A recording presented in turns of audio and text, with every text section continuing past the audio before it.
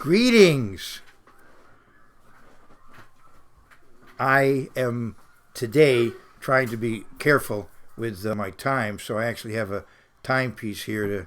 I have my phone here to remind me so that I can remain, within the time frame that I normally set for myself. And it reminds me of a story that I like to tell, and you may have heard it before, but it's been a while since I've told it. It's about a minister who just droned on and on and on, and he finally saw the audience was getting a little sleepy, So he said, this was a few years ago before people had cell phones, and so he said to the audience, "Does anybody out there have a watch?" So somebody called out, "Look behind you on the wall. There's a calendar." Well, I'm not going to be speaking that long today. As I said, I have my cell phone. It'll kind of keep me under control. Today I want to talk about maintaining enthusiasm.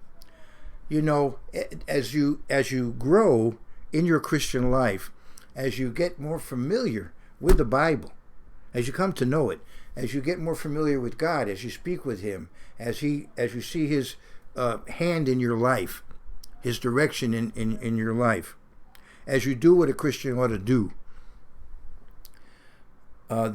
you begin to get, you'll grow in enthusiasm. You'll have a greater understanding of God, who is omnibeneficent, perfectly good, perfect character, and you'll have an understanding of His plan.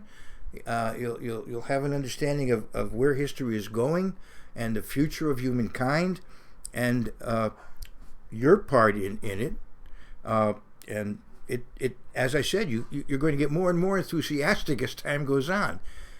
If you're, as I said, living as a Christian ought to live, if you're walking, the old saying, we don't just talk the talk, we walk the walk. The Apostle Paul, he had been in the ministry for a while, and in Romans 11:33, after speaking about how God was dealing with the Jewish people, Paul's own people, obviously at the time Paul wrote this, he was very disappointed about where his people stood spiritually at that point, but he realized, where they had been and where they were going to be spiritually, ultimately. And so in Romans 11, verse 33, he just emotes here, and of course, paraphrasing scriptures, he says, "Oh, the depth of the riches, both of the wisdom and knowledge of God. How unsearchable are His judgments and His ways past finding out." Tremendous enthusiasm. Another word for that would be zeal. We should maintain our zeal for this way of life. And I wanted to talk today about a group of people a community that needed to maintain that enthusiasm, who needed to retain their zeal. If we go back to the time of Ezra, before then, the book of Ezra, but before the time of Ezra, at the time when Cyrus decreed, having conquered the Chaldean Empire, the Neo-Babylonian Empire, now the Medo-Persian Empire is in charge, and Jeremiah had said that the world would be 70 years under the Chaldeans, and then there would be, liberation.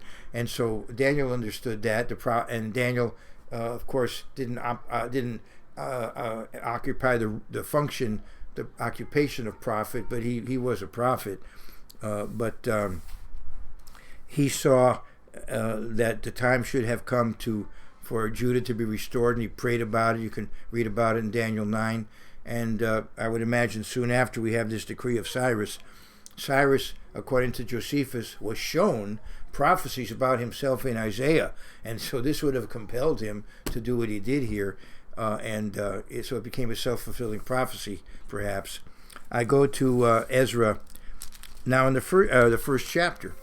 Now in the first year of Cyrus, king of Persia, that the word of the Eternal by the mouth of Jeremiah might be fulfilled, the Eternal stirred up the spirit of Cyrus, king of Persia. There's a lot of theology in that. We are physical, but human beings have a spirit, have a certain power that is spiritual, or that is spirit power, that comes from God and goes back to God when we die. And it gives us a special power which really separates us from the animal kingdom. Anyway, now in the first year of Cyrus, king of Persia, that the word of the Eternal by the mouth of Jeremiah be fulfilled, the Eternal stirred up the spirit of Cyrus, king of Persia, so that he made a proclamation throughout all his kingdom, and also put it in writing, saying, Thus says Cyrus, king of Persia. He's a type of Christ here. And there's a lot of theology there too, but I'm just mentioning, making the comment. Thus says Cyrus, king of Persia, all the kingdoms of the earth the eternal God of heaven has given me, and he has commanded me to build him a house at Jerusalem, which is in Judah. Who is among you of all his people? May his God be with him, and let him go up to Jerusalem, which is in Judah, and build a house of the eternal God of Israel. He is God. Perhaps that was added by the ones who prepared the Old Testament for us, which is in Jerusalem. Okay, the house of the God of Israel, he is God, which is in Jerusalem. And whoever is left in any place where he dwells, let the men of his place help him with silver and gold, with goods and livestock, besides the freewill offerings for the house of God, which is in Jerusalem. So we have two levels here. We have those who enthusiastically support the project. They donate to the project. But then we have the true heroes of this project, those who actually go back, those who have the courage to return, to make the trek from what is today Iraq or Iran, and to go back to what is today Israel, to go back to that biblical land of Israel and establish Judah, establish a theocratic nation, that has the power to enforce the Sinaitic covenant, the Mosaic covenant, within their boundaries there, as long as they remain loyal to the empire, giving their tribute to the Medo-Persian Empire. But within those boundaries, they can enforce the law of God. And they are willing to go back, even though there are neighbors around, there are people, Gentiles around, who aren't happy, are going to be very unhappy to see them. Some things don't change. Anyway, verse 5. Then the heads of the fathers' houses of Judah and Benjamin, and the priests and the Levites with all whose spirits God had moved, arose to go up and build the house of the Eternal, which is in Jerusalem.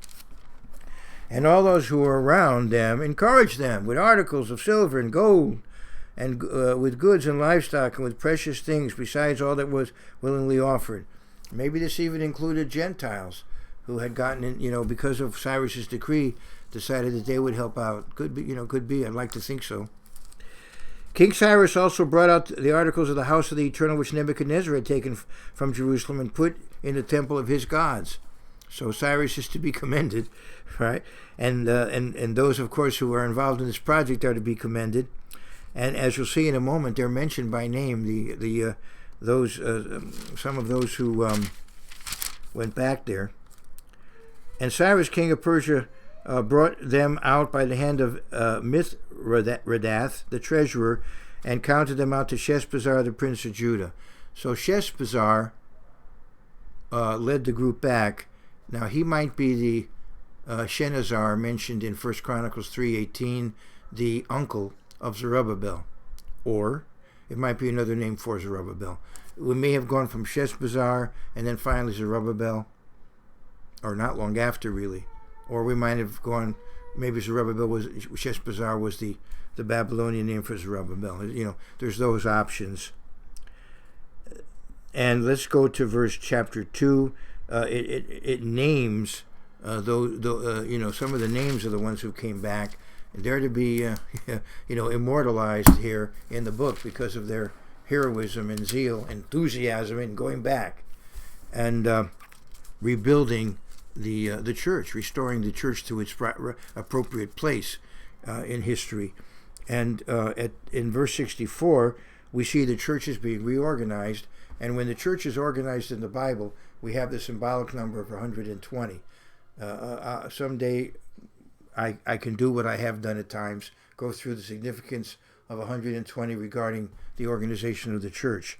Now here we have 120 times 353. Do the math, and here's what you're going to come up with. Chapter 2, verse 64. The whole assembly together was 42,360. Now, I would like to mention that the 353 times 120, some scholars have come to the conclusion that if you look at all the different things that Jesus did, it comes out to 353 prophecies that he fulfilled. And so what were they doing when they went back to the land of Israel? They were preparing the way for the first coming of Christ. They were restoring the environment for him to come to. So in effect, these 120 times 353 were preparing the way for Jesus Christ to come and fulfill all those prophecies. Now the Jews are back there again in their ancestral homeland, and most of them don't know it, but they're preparing the way for his second coming. Now, if we go to chapter 3, we see that indeed this zealous group that came back were ready to get right back into action. So even though no temple had been built, they did put an altar up, where it belonged, and sacrificed as they were supposed to do. And this began with the beginning of the civil year on the sacred calendar, the 7th month. It began on Yom Teruah, the day of trumpeting, or Rosh Hashanah, the head of the year, the beginning of the civil year on the sacred calendar. And when the 7th month had come, and the children of Israel were in the cities, the people gathered together as one man in Jerusalem. So the enthusiasm created a unity. And when God's church is united in the Bible, powerful things happen, wonderful things happen. Then Jeshua, the son of Josadak, so he's called sometimes Yehoshua, or Joshua, or sometimes Yeshua, or Jeshua. Then Jeshua, the son of Josadak, and he's the high priest, and his brethren the priests, and Zerubbabel, he's the secular governor, the son of Shealtiel, and his brethren. Zerubbabel was a descendant of David, but he wasn't king. Those days are gone until Christ returns. The Jews don't have kings over them anymore. Well, I shouldn't say that.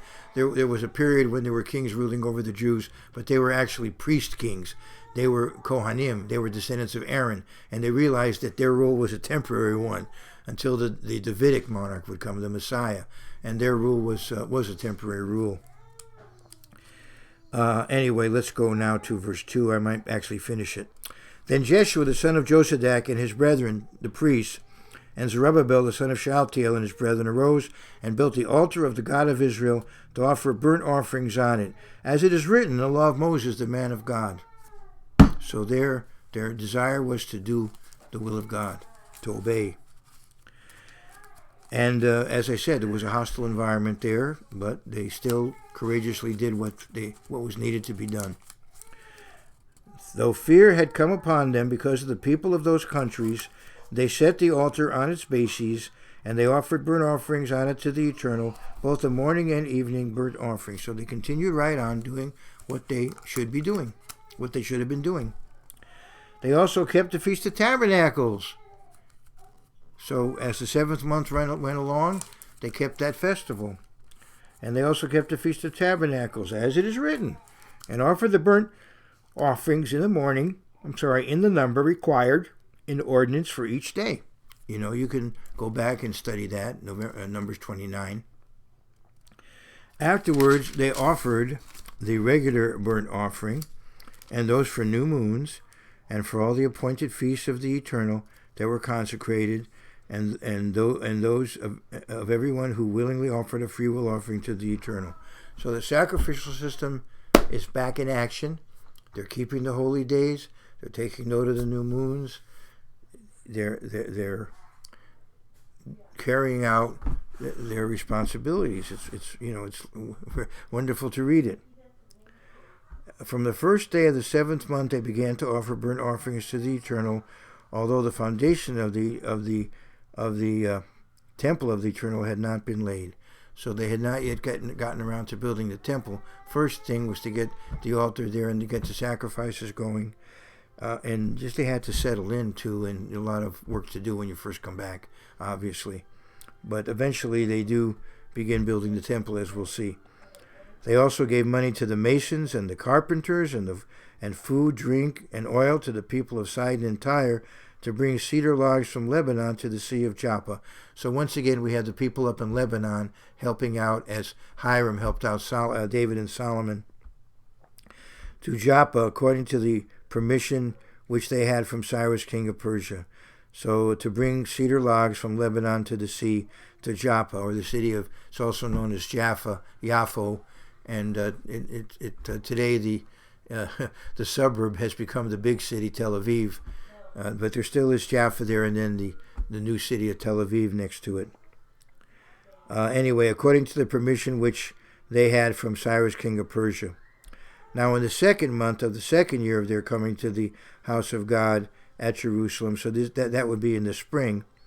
So Zerubbabel the son of Shealtiel, Jeshua the son of Josadak, and the rest of the brethren, the priests and the Levites, and all those who had come out of the captivity to Jerusalem, began work and appointed the Levites from 20 years old and above to oversee the work of the house of the Eternal. So things are rolling right along.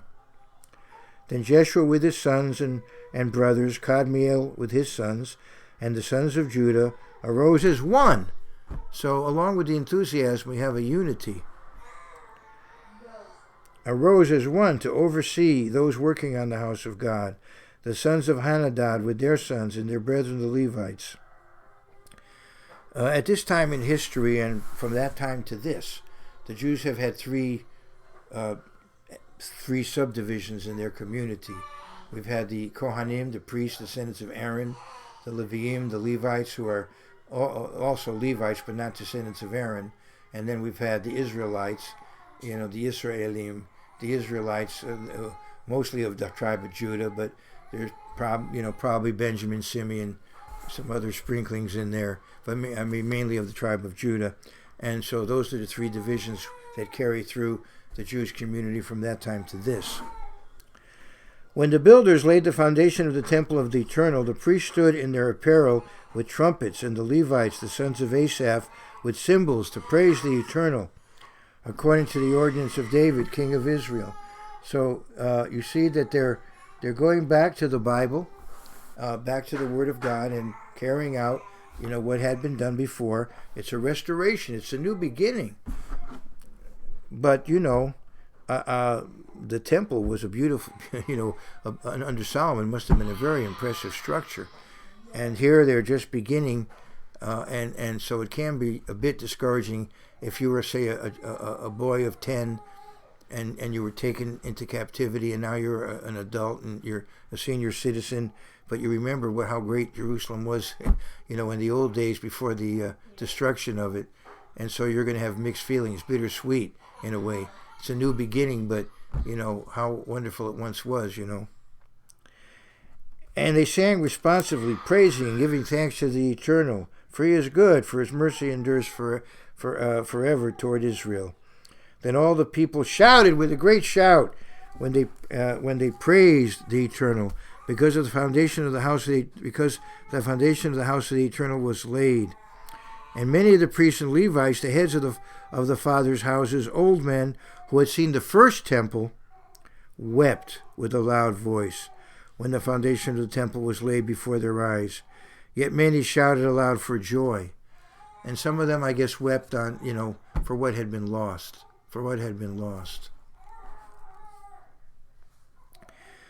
There was a man who I think of Pakistani descent, who grew up in the United Kingdom, grew up in England, and he became a Zionist after visiting Israel, after reading about Israel and going there. And he went to the Western Wall, and he was thinking how many Jews would have wanted to do what I am doing and were exterminated. So it was a very moving moment for that man. Anyway, the verse 13, so that the people could not discern the noise of the shout of joy from the noise of the weeping of the people. Must have been quite an emotional time. For the people shouted with a loud shout, and the sound was heard afar off. So those around knew what was going on, and even the local non-Jewish population, not all of them were that happy about the Jews being back there, but they knew that, yes, indeed, the Jews are back here, and they're doing what needs to be done. They're carrying out Cyrus's decree.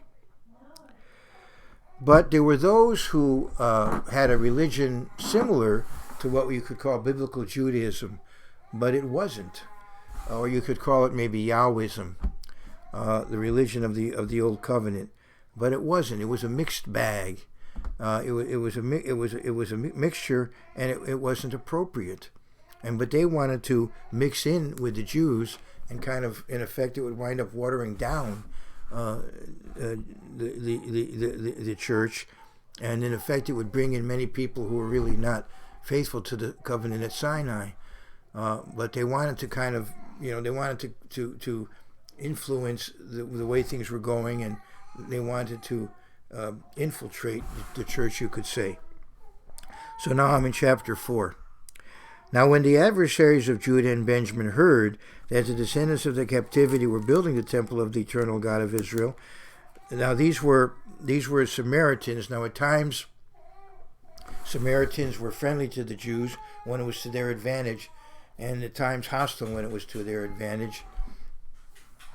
And in this case, they're being, friendly, but with a, with a ulterior motive. They came to Zerubbabel and the heads of the fathers' houses and said to them, "Let us build with you, for we seek your God as you do, and we have sacrificed to him since the days of Esarhaddon, king of Assyria, who brought us here." So you see that if you study the history of Assyria, it was over an extended period of time, that the land was depopulated and then repopulated with Gentiles. And then they mixed with some, Israelites who remained, and you had a mixed group of people who were not only ethnically mixed, but religiously mixed. And maybe you could say mixed up.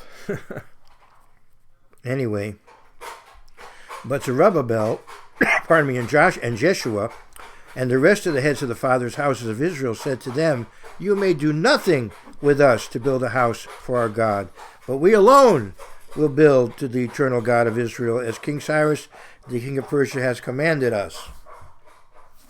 So, do you want to become fully part of God's church? Do you want to accept upon yourself the covenant of Sinai and really be one with us?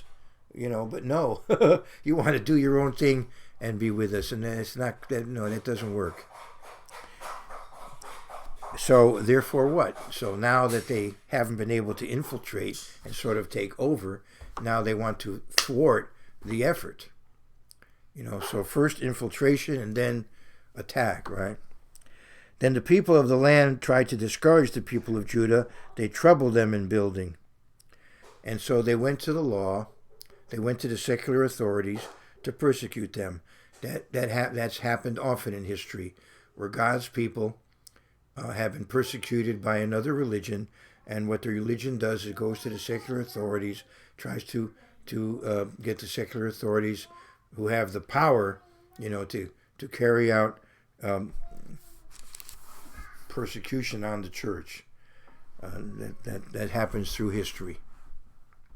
It happened with Jesus Christ. Then the people of the land tried to discourage the people of Judah. They troubled them in building, and hired counselors against them to frustrate their purpose all the days of Cyrus, king of Persia, even until the reign of Darius, king of Persia.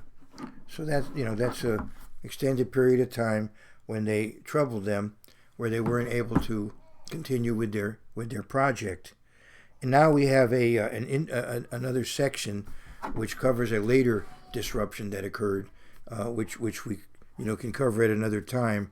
And we go into an Aramaic portion of the Bible, because this is talking about later on a document that they sent, and it also is in Aramaic to, in effect, reach the general public.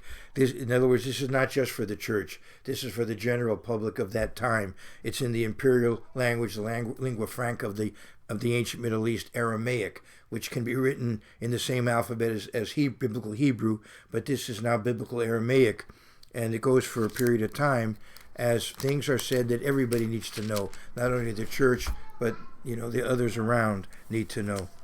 But because of this legal trouble, building ceased for a time, and then even after the legal trouble had passed, the people had pretty much decided, had kind of given up on the project. It became low priority. I want to go to verse 24 of chapter 4. Thus the work of the house of... This takes us back to the original thought. Thus the work of the house of God which is at Jerusalem ceased, and it was discontinued until the second year of the reign of Darius, king of Persia, which was already said. So now we come to 520 BC, and you can read the book of Haggai, and he said, get your priorities straight. Think. God is not blessing you. He's punishing you because you have let down. You've put aside the spiritual and you're just concerned with the physical. But if you put the spiritual first, the physical will follow. Matthew 6:33. And so Haggai and Zechariah was a priest. Haggai and Zechariah, like two witnesses, right? They encouraged the people, and another type of the two witnesses, Zerubbabel, Joshua and Zerubbabel, so that foursome, fearsome foursome got things going again. So the people needed to regain their enthusiasm, their zeal. They had kind of let down, because of the original problem. They'd gotten discouraged and just let down. No, they needed to get back into action. Then the prophet Haggai and Zechariah the son of Iddo, prophets, prophesied to the Jews who were in Judah and Jerusalem in the name of the God of Israel, who was over them. So Zerubbabel the son of Shealtiel and Jeshua the son of Josedek rose up and began to build the house of God which is in Jerusalem, and the prophets of God were with them, helping them. And once again they were challenged, but this time, they saw the challenge through and were successful. Darius backed them up. And so now it was the opposition that had to be concerned, It was the opposition that had to be concerned rather than the Jews. And so in chapter 6, we have a decree from Darius authorizing them to do what they needed to do. And it's still in Aramaic here, but then finally we're not quite finished with the Aramaic. Let's go to verse 14 of chapter 6. So the elders of the Jews built, and they prospered through the prophesying of Haggai the prophet and Zerubbabel the son of Iddo. And they built and finished it according to the commandment of the God of Israel, and according to the command of Cyrus, Darius, and Artaxerxes, king of Persia. So there he's even going ahead and referring to events that occurred later on, at the time of Ezra. The Artaxerxes is what I skipped earlier. Now the temple was finished on the third day of the month of Adar, which was in the 6th year of the reign of King Darius. So now we're into 516. Now we're into 516 BC. 516 BC. And 70 Passovers had come and gone, a complete period of time without the Passover sacrifice. 70 Passovers has come and gone. And now, in 516 BC, on the secular calendar, we have on the third day of the month of Adar. We're in that month now, but this is Adar Rishon, and there's going to be a second Adar. And I believe that if you're going to celebrate anniversaries, you do it in the second Adar. But anyway, this is around this time of year. Today is the 11th day of the 12th month on the sacred calendar. This occurred on the third day of the 12th month that year. So it was in the winter, but the milder time of winter. Now the temple was finished on the third day of the month of Adar, which is in the 6th year of the reign of King Darius. Then the children of Israel, the priests and the Levites and the rest of the descendants of the captivity, celebrated the dedication of the house of God with joy. And they offered sacrifices at the dedication of this house of God. And I won't go through that. Well, I'll read it. 100 bulls, 200 rams, 400 lambs, and as a sin offering for all Israel, 12 male goats according to the number of the tribes of Israel. They always kept in mind that they were a remnant of a nation that had consisted of 12 tribes. That will yet occur in the future. The time is coming when the 12 tribes will be restored and reunited. As I recently read, I think maybe a week ago or so, Ezekiel 37. Anyway, I continue now. They assigned the priests to their divisions and the Levites to their divisions over the service of God in Jerusalem, as it is written in the book of Moses. So he's clarifying where God is working, what's going on. This is in Aramaic. And now we have church business. Now we have the keeping of the Passover, and we go back to Hebrew in verse 19. And the descendants of the captivity kept the Passover on the 14th day of the first month. So they slaughtered the lamb on the 14th, towards the end of the 14th, as they were supposed to do, so they could keep the feast on the beginning of the 15th, the night to be much observed, and so on. And so we see here enthusiasm. We see here getting back into action. Finally, they were stirred to action, back into action, and they preserved their enthusiasm. And this is indeed what we have to do at times when maybe the church is not as influential, as maybe impactful as we would wish it to be, when we're in times maybe of a captivity of sorts. We can look forward to a time when the church will be again restored, and there will be a new beginning. And we need to keep up our enthusiasm, looking forward to that. In the book of Revelation, when we come to the conclusion of the letters to the seven churches, we find Laodicea is told, "As many as I love, I rebuke and chasten. Therefore, be zealous and repent." So, if we have let down, if we're somewhat discouraged, and maybe not as conscientious in our Christian living as we should be, let's recapture our enthusiasm as those people did, and do what we need to do, and be the kind of people we need to be, and realize that ultimately there will be a revival of God's work, and of course also persecution will come on the church, but ultimately, the meek shall inherit the earth. Jesus Christ will return, and so let's maintain our enthusiasm. All the best to you and yours.